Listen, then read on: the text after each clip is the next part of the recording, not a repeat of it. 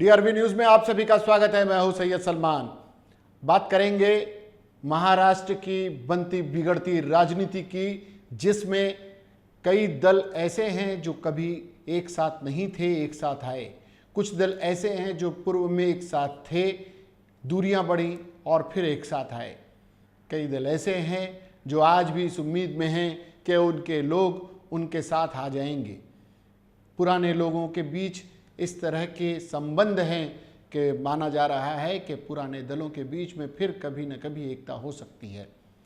राजनीति बनते बिगड़ते खेल का ही नाम है।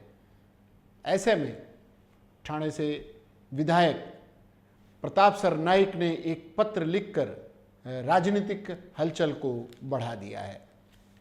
प्रताप सरनाईक पिछले दिनों केंद्रीय एजेंसियों के निशाने पर रहे हैं। ये राजनीतिक परिस्थितियां बदलने के संकेत उनके पत्र से मिलने लगे हैं, क्योंकि महाराष्ट्र की महाविकास आघाड़ी में शामिल कांग्रेस की तरफ से जहां स्वबल का नारा दिया जाता है, वहीं शिवसेना में भारतीय जनता पार्टी के साथ युति करने की मांग बीच बीच में उठती रहती है और उसे स्वर देने का काम प्रताप सरनाईक कर रहे हैं। वही प्रताप सरनाईक जो खुद आरोप लगाते हैं कि बेवजह उन्हें केंद्रीय जांच एजेंसियां परेशान कर रही हैं। शिवसेना विधायक का ये आरोप अपने आप में बहुत कुछ कह जाता है। उनका कहना है कि कोई अपराध और गलती न होने के बावजूद भी केंद्रीय जांच एजेंसियां बेवजह उन्हें और उनके परिवार को परेशान कर रही हैं। एक मामले में जमानत मिलती है कि दूसरे मामले में तत्काल उन्हें उलझा दिया जाता है। अब उन्होंने मुख्यमंत्री को एक पत्र भेजा है जिसमें उन्होंने केंद्रीय जांच एजेंसियों के द्वारा उन्हें छले जाने का जिक्र कर दिया है। केंद्रीय जांच एजेंसी के दलाल और शिवसेना की वजह से पूर्व सांसद हुए नेता द्वारा उनकी बदनामी की जा रही है। उन्होंने एक पूर्व सांसद पर केंद्रीय जांच एजेंसियों की दलाली का आरोप लगाया है। जनता जानती है वो किन का नाम ले रहे हैं। लेकिन अब एक तरफ तो उनके खिलाफ भारतीय जनता पार्टी के कुछ नेता जाकर प्रचार करते हैं और उन्हें दोबारा उन्हें गिरफ्तार करने की या उन्हें परेशान करने की या उनके गायब होने की, मिस्टर इंडिया बताने की कोशिश करते हैं, तो दूसरी तरफ प्रताप सरनाईक उसी पार्टी के साथ जाने का जिक्र करते हैं। ये अपने आप में बड़ा ही संवेदनशील और बड़ा ही रोचक, बड़ा ही दिलचस्प मामला है। अब उनका ये कहना है कि झूठे उन पर आरोप लगाए जा रहे हैं और वो एक युद्ध में लड़ते समय अभिमन्यु जैसे या कर्ण की तरह बलिदानी बनना चाहते हैं और कैसे लड़े वो उस अर्जुन से जहाँ पर उन्हें उनकी सिर्फ कुर्बानी मांगी जा रही है। एक बात उन्होंने जो कही है कि वो चाहते हैं कि भारतीय जनता पार्टी के साथ संबंधों को दोबारा से स्थापित किया जाए और बीजेपी से युति करके शिवसेना को बचाया जाए। इस लेटर ने, इस पत्र ने राजनीतिक खेमे में हलचल मचा दी है। उन्होंने कहा है कि प्रधानमंत्री के साथ निजी संबंधों का भी हवाला दिया है शिवसेना पक्ष प्रमुख के, और मुख्यमंत्री के उनकी तारीफ तो की है, लेकिन साथ ही साथ कहा है कि सत्ता में रहते हुए भी कांग्रेस और राष्ट्रवादी कांग्रेस पार्टी शिवसेना को परेशान करती है और तोड़ना चाहती है। यह एक कोशिश है, इसलिए प्रधानमंत्री के साथ में दोबारा जुड़ना चाहिए। हालांकि इसे कांग्रेस के प्रवक्ताओं ने उनका निजी विचार बताकर उसे खारिज कर दिया है। लेकिन प्रताप सरनाईक के इस पत्र से भारतीय जनता पार्टी के खेमे में थोड़ी सी हलचल मची है। उन्हें लगने लगा है कि शायद भारतीय जनता पार्टी और शिवसेना एक मंच पर आ जाए। चंद्रकांत दादा पाटिल के बयान से तो यही लगाया जा रहा है। उन्होंने कहा है कि सरनाईक शिवसेना के विधायक हैं, सिर्फ उनके पत्र के बारे में उनके नेता को ही फैसला करना है, यानी उद्धव ठाकरे जी को करना है। लेकिन शिवसेना प्रमुख बाल ठाकरे ने जीवन भर जिस पार्टी का विरोध किया, उनके घुटनों पर बैठना ठीक नहीं है। ये कौन कह रहा है?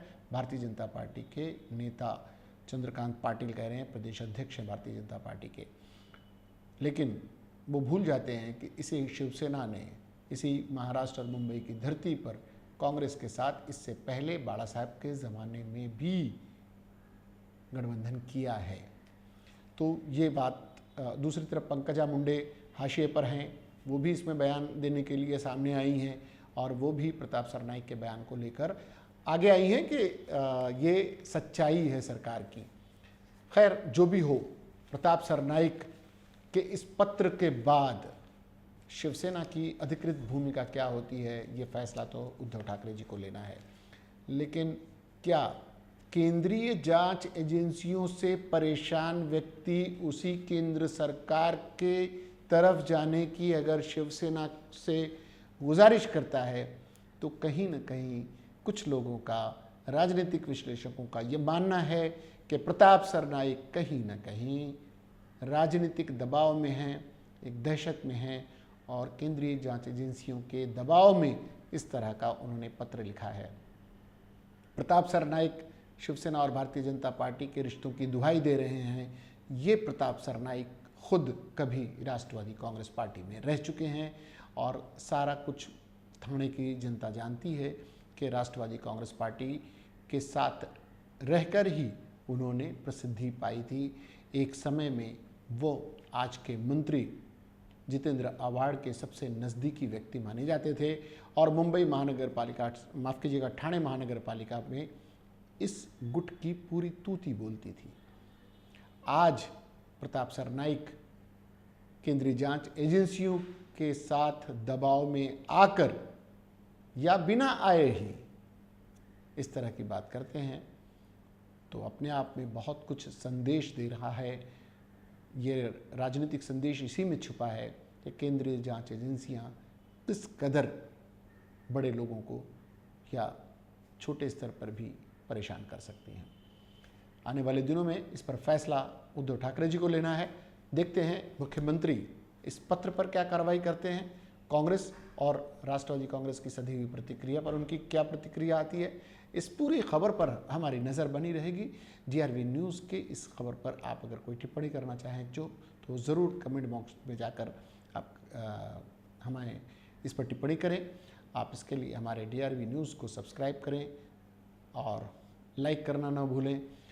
याद रहे, हम आपके पास छोटी से छोटी खबर और छोटे से छोटे कार्यक्रम लाने की लगातार कोशिश कर रहे हैं।